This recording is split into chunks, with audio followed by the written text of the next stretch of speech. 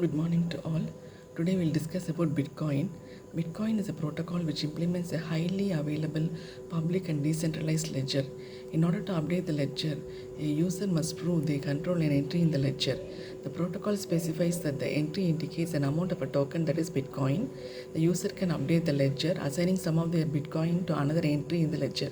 Because the token has characteristics of money, it can be thought of as a digital currency.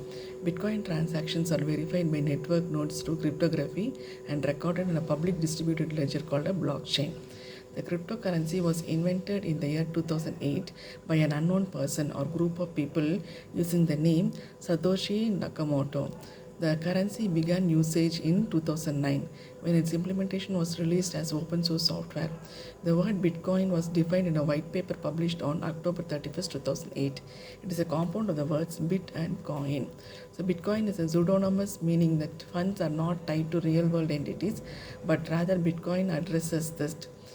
The owners of the Bitcoin addresses are not explicitly identified, but all transactions on the blockchain are public. In addition, transactions can be linked to individuals and companies through idioms of use. Say, for example, transactions that spend coins from multiple inputs indicate that the inputs may have a common owner, and corroborating the public transaction data with known information on owners of certain addresses. Additionally, Bitcoin exchanges where Bitcoins are traded from traditional currencies may be required by law in order to collect their personal information. To heighten financial privacy, a new Bitcoin address can be generated for each transaction. While the Bitcoin network treats each Bitcoin the same, then we can say that thus establishing the basic level of fungibility, that is, applications and individuals who use the network are free to break the principle. For instance, wallets and similar software technically handle all bitcoins equally. None is different from another. Still, the history of each bitcoin is registered and publicly available in the blockchain ledger, and then allow users of chain analysis to to accept the bitcoins coming from controversial transactions. Say, for example, in 2012, Gox froze accounts of users who deposited bitcoins are known to have just been stolen.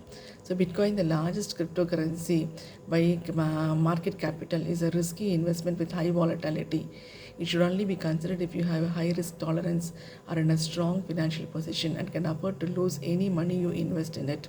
So, the Bitcoin, it uses peer-to-peer technology in order to operate with no central authority or banks. Managing transactions and the issuing of bitcoins is carried out collectively by the network. Bitcoin is open source. Its design is public. Nobody owns or controls the Bitcoin, and everyone can take part in it. Through many of its unique properties, Bitcoin allows exciting uses that could not be covered by any previous payment system.